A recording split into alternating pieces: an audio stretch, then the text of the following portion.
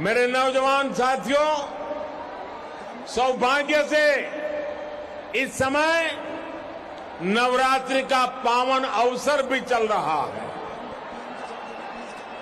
गुजरात में मां दुर्गा की उपासना से लेकर गरबा तक यहां की अपनी अलग ही पहचान है। जो खिलाड़ी दूसरे राज्यों से आए हैं, उनसे मैं कहूंगा कि खेल के साथ ही यहां नवरात्रि आयोजन का भी आनंद जरूर लीजिए। गुजरात के लोग आपकी मेहमान नवाजी में, आपके स्वागत में कोई कोर कसर नहीं छोड़ेंगे। वैसे मैंने देखा है कि कैसे हमारे नीरज चोपड़ा कल गरबा का आनंद ले रहे थे।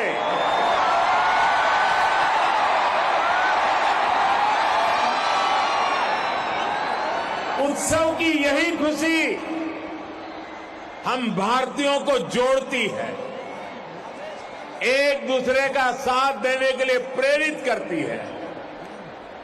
मैं इस अवसर पर आप सभी को, सभी गुजरात वासियों और देशवासियों को एक बार फिर नवरात्रि की बधाई देता हूं।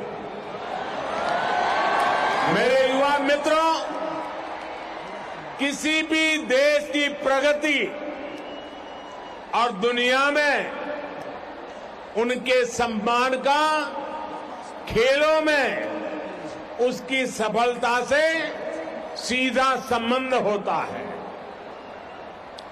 राष्ट्र को नेतृत्व देश का युवा देता है और खेल, स्पोर्ट्स उस युवा की ऊर्जा का, उसके जीवन निर्माण का प्रमुख स्रोत होता है। आज भी आप देखेंगे, दुनिया में जो देश विकास और अर्थव्यवस्था में टॉप पर है, उनमें से ज्यादातर मेडल लिस्ट में भी टॉप पर होते हैं।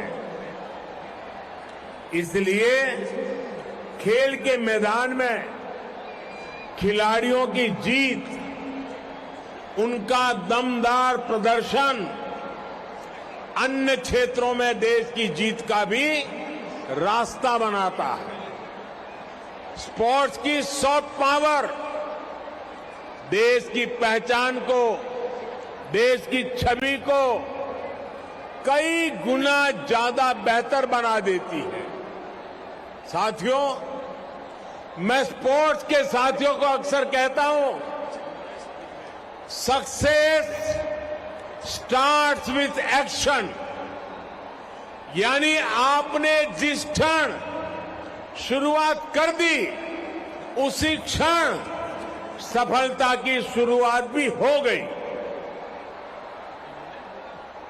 आपको लड़ना पड़ सकता है, जूझना पड़ सकता है, आप लड़खड़ा सकते हैं, गिर सकते हैं, लेकिन अगर आपने दौड़ने का जज्बा नहीं छोड़ा है, आप चलते जा रहे हैं, तो ये मान करके चलिए कि जीत खुद एक एक कदम आपकी ओर बढ़ रही है।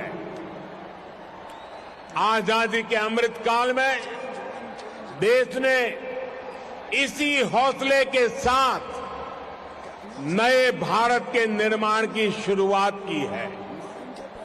एक समय था जब दुनिया ओलंपिक जैसे वैश्विक खेल महाकुंभ के लिए दीवानी होती थी, लेकिन हमारे यहां वो खेल बरसों तक सिर्फ जनरल नॉलेज के विषय के तौर पर ही समेट दिए गए थे। लेकिन अब मिजाज बदला है, मूड नया है, माहौल नया है। 2014 से फर्स्ट एंड बेस्ट का जो सिलसिला देश में शुरू हुआ है, हमारे युवाओं ने वो जलवा खेलों में भी बरकरार रखा है। आप देखिए, 8 साल पहले तक भारत के खिलाड़ी 100 से भी कम इंटरनेशनल इवेंट्स में हिस्सा लेते थे। अब भारत के खिलाड़ी 300 से भी ज्यादा इंटरनेशनल इवेंट्स में शामिल होते हैं। 8 साल पहले भारत के खिलाड़ी 20-25 खेलों को खेलने के जाते थे। अब भारत के खिलाड़ी करीब 40 अलग अलग खेलों में हिस्सा लेने जाते हैं। आज भारत के मेडल की संख्या भी बढ़ रही है और भारत की दमक भी बढ़ रही है। कोरोना के कठिन समय में भी देश ने अपने खिलाड़ियों का मनोबल कम नहीं होने दिया। हमने हमारे युवाओं को हर जरूरी संसाधन दिए, ट्रेनिंग के लिए विदेश भेजा। हमने स्पोर्ट्स स्पिरिट के साथ स्पोर्ट्स के लिए काम किया। टॉप्स जैसी योजनाओं के जरिए वर्षों तक मिशन मोड में तैयारी की। आज बड़े बड़े खिलाड़ियों की सफलता से लेकर नए खिलाड़ियों के भविष्य निर्माण तक टॉप्स एक बड़ी भूमिका निभा रहा है।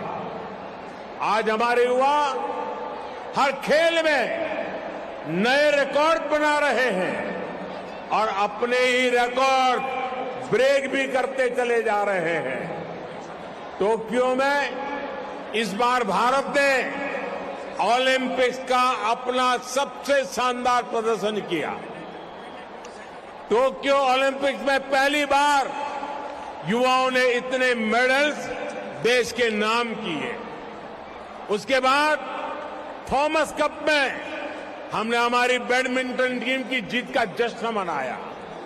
युगांडा में पैरा बैडमिंटन टीम ने भी 47 मेडल जीतकर देश की शान बढ़ाई। इस सफलता का सबसे ताकतवर पक्ष ये है कि इसमें हमारी बेटियां भी बराबरी से भागीदार है।